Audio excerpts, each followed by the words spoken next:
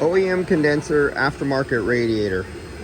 So this is the OEM condenser for this Honda, and you can see it has the nice felt right here.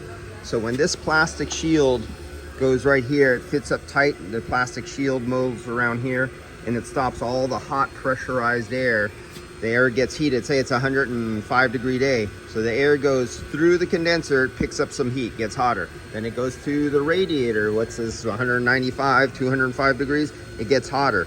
Then it pressurizes the under hood. Well, what's the difference?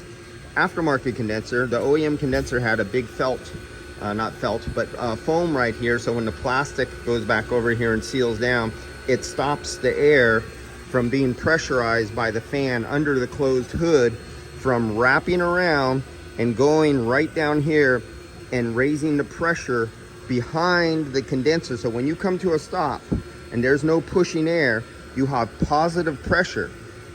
But now you have negative pressure here, but this is open because this is aftermarket. So all that hot air rolls right around in front of here, adding pressure behind the condenser in front of the radiator, lowering the amount of air that actually gets pulled.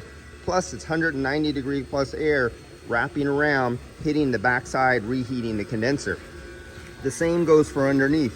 The OEM radiator had a piece of foam blocking the underneath, and what I did was, where's my pen? I put my pen right there, and you can see, you could fit your hand, where is it at?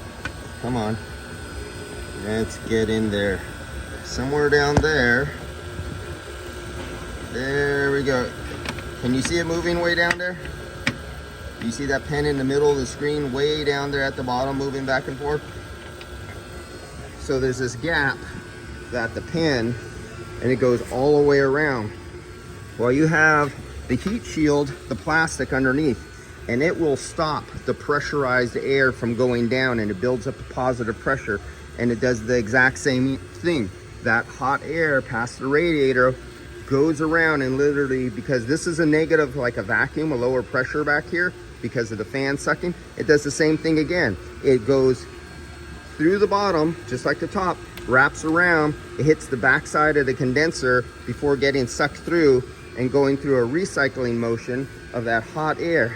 But when it does that, it's coming out and it's hitting right in the backside of your subcooling. So that 190-degree, 200-degree air is literally hitting your subcooling air's tubes, coming back and reheating when you come to a stop every time, or you're sitting in stop and go traffic.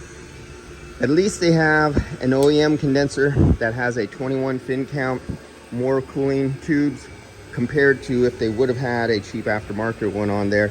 But yeah, aftermarket radiators, poor cooling at stop and go traffic or coming to stoplights in really high driving temperature areas, Arizona, southern Texas, Utah.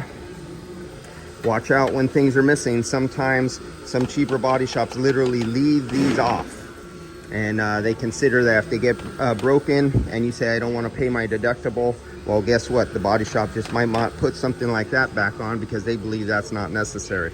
See you guys later. Oh, let's go over here. Who's the culprit? The culprit is aftermarket radiator, OEM condenser.